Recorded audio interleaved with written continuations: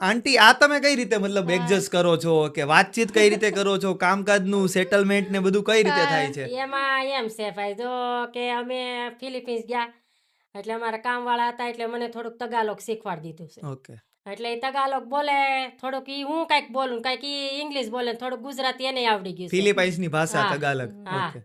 એટલે બધું મિક્સ થઈ જાય એટલે હું થોડુંક સમજી જાઉં છું આમ.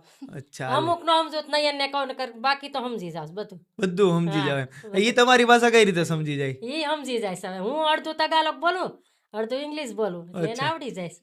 ઓકે, એટલે આમાં કેવું છે હા, બેયનું હાલે છે ત્યારે. સાસુ વહુનું ઘરની અંદર હસબન્ડ વાઈફનું ઓછું જામે ને થોડુંક તો ચાલે, પણ સાસુ વહુનું થોડુંક આમ હા. મેળ મેળાપ વધારે હોવો જોઈએ સારો. અત્યારે તમારે બહુ સારું છે.